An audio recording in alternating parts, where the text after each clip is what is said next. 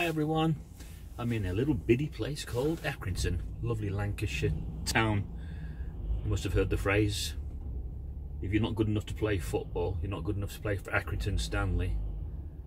That was the phrase, wasn't it? If you don't drink this pint of milk, you'll only be good enough to play for Accrington Stanley and not any of the major football teams. Anyway, I digress. The difference, right, between what is happening now in the world, on this politically divided world, this difference now is in stark contrast to 1975. 1975, yes, the Jehovah's Witnesses were definitely getting ready for that new system. And I've heard another rumour, another conversation that I've just had, that they are being prepared again for an equal event of that magnitude, which is worrying. A little conversation I was having last night. Martin, I can't tell you too much more about it. What's the conversation? Let's just say we're being prepared again. And I said, yes, but is it going to be another 1975 where we thought that the new system would be here by 1975 because we were being prepped at the end of 1974?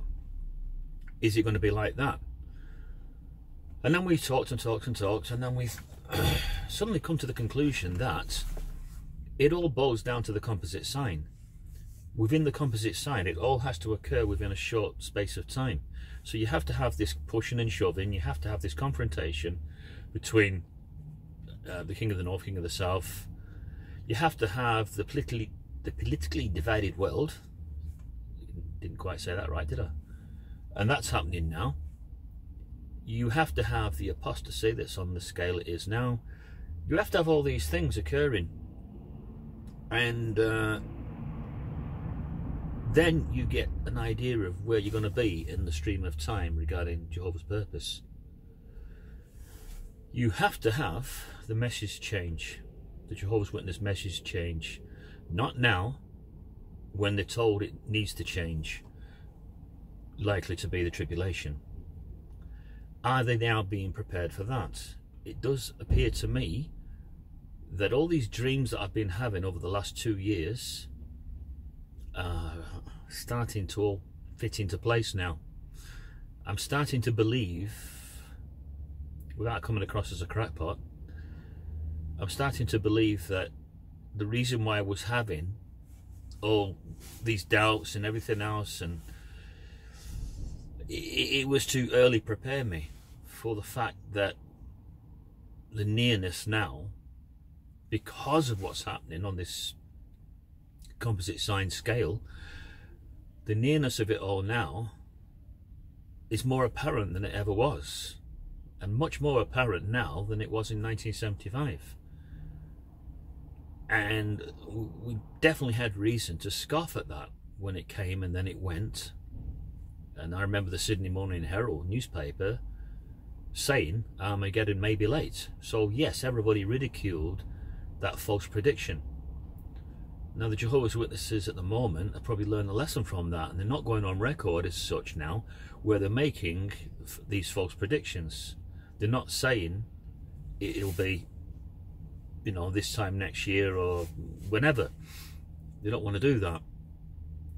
But something's not right. Something doesn't feel right.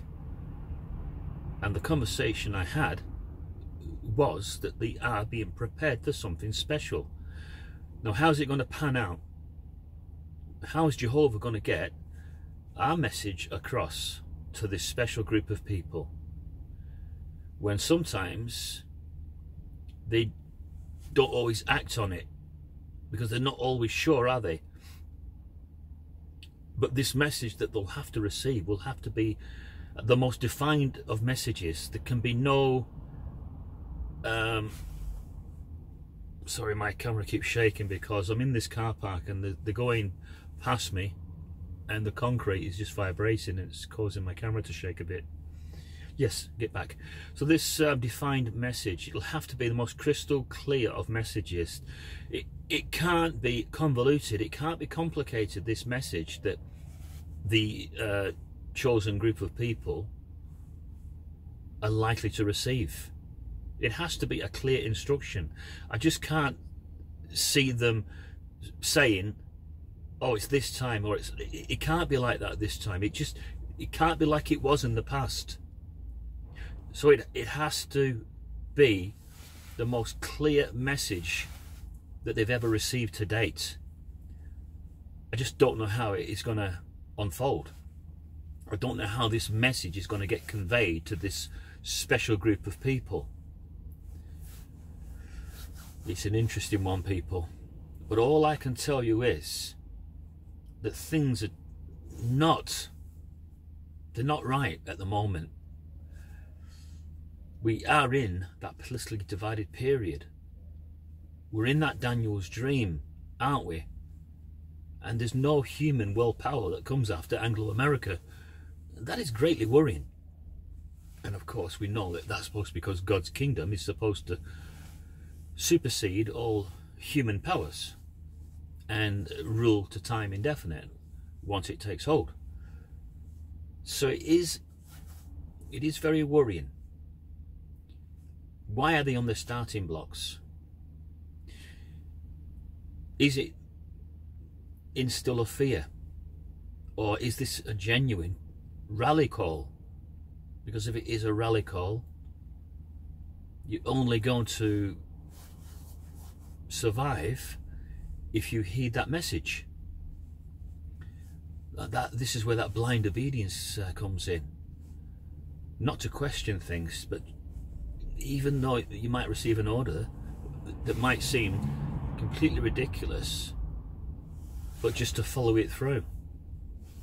This is what my mother keeps saying. This is why they're being conditioned all these years to just blindly accept what the faithful and discreet slave are telling them, because it means that their life will depend on it.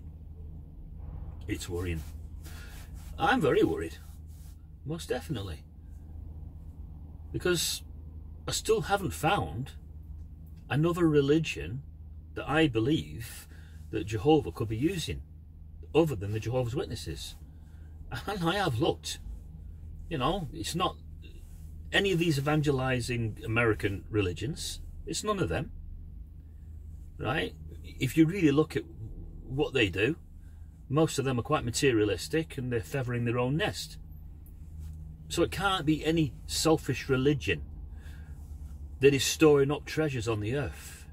It can only be a religion that is either announcing Jehovah's purpose for the present and future, and a religion that is doing everything they can to support that.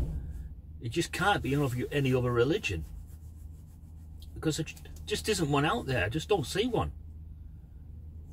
And believe me, I've looked and I've looked, and I know I'm not going to find it with these evangelizers on the YouTube stations. I'm not going to find it with them. They want this system to go and carry on. So they're relying on this system to make money and to further their finances. And so a lot of the apostate community who have built up a little empire, they want this system to go on. Whereas a genuine Christian that is supporting God's kingdom would not want this system to go on. They would want this system to end, and they would want Jehovah's righteous arrangement to take over. And that's the difference. It just can't be any religion that is living by material things. It can't be.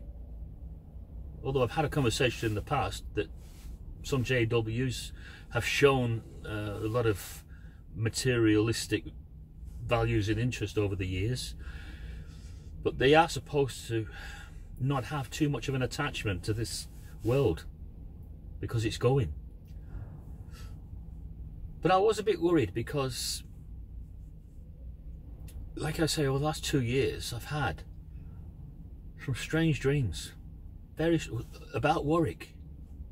about it being bulldozed to the ground. I've had dreams about meeting my mother and father during the tribulation period. But I don't go where they go. They go somewhere different to me. I go somewhere else. I've had these really, really strange dreams. I know people say, look, Martin, about time you saw some professional help. No, I have got my head screwed on right. You know, I'm very successful at what I do. There's something just not right with what I keep hearing. I'm so worried that if it gets to the message change period, that'll just be too late then. I won't have any answers if that happens when the Jehovah's Witnesses give out this new message.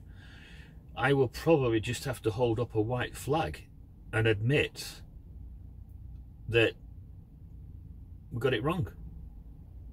All this time, they were just wandering in the wilderness. They were no different from the nation of Israel. And they've all been taught a bit of a lesson to wander in that wilderness. And Jehovah's purpose pans out when he decides it's going to pan out, and not when earthly thinking wants it to pan out. And maybe they are all being tested.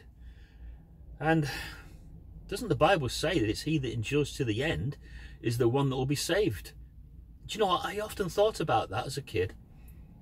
And I thought, well, surely if you've been offered everlasting life on a paradise earth, you'd want to be there, so you would endure.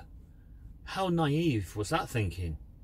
I didn't realise that as you got older, there'd be complications in life that would stop someone from attaining salvation. There'd be limitations to it. There'd be the works of the flesh that would come into it. There'd be so many distractions that would stop a person from doing the will of God. And it's only now I've realised just how hard it is. Whereas a kid, a JW kid, I thought it was easy. I thought that was easy street. Just goes to show, doesn't it, that you get a few years on you and your opinions and your whole values in life almost turn upside down. And that's what's happened. I've been on this roller coaster for the last 2 years, looking for this road to life, which I haven't found. Thought I knew where it was. Wasn't there. It was somewhere else. Are we just all being tested at this moment? I don't know. And there's a lot of good Christian people out there on this ex-community. A lot of people that have a genuine love for God. I'm aware of that. And good luck to you. You're probably a better person than me. I haven't prayed to God for a long time. I've openly admitted this. I don't have a relationship with God. I have a relationship with myself. And that's it. Just haven't included any personal thoughts about God in my life for a long time now. It's not that I'm trying to punish him. It's not that I blame him for anything. I blame myself. If I'm not on any road to salvation, I can only blame myself. And I couldn't, you know, I wouldn't have the audacity to turn around and blame anybody else but myself. It's my doing. You know, I chose to be on this road. And I will pay the penalty if I've got that wrong. Yes, I've been babbling on a bit today. I hope you've bared with me. I had a lot to say. Just needed to get it off my chest. Because it was that conversation that I had out of the blue with a current Jehovah's Witness who says, I can't tell you much more, Martin, about it. But we are being all prepared now for something quite special. Yeah, and it just brought back all those dreams that I was having, where I mentioned in some of my dreams that, are they being prepared for this message change? Will they become the modern day Jeremiahs? Because something is going down, and I'm no longer privy to the inside information.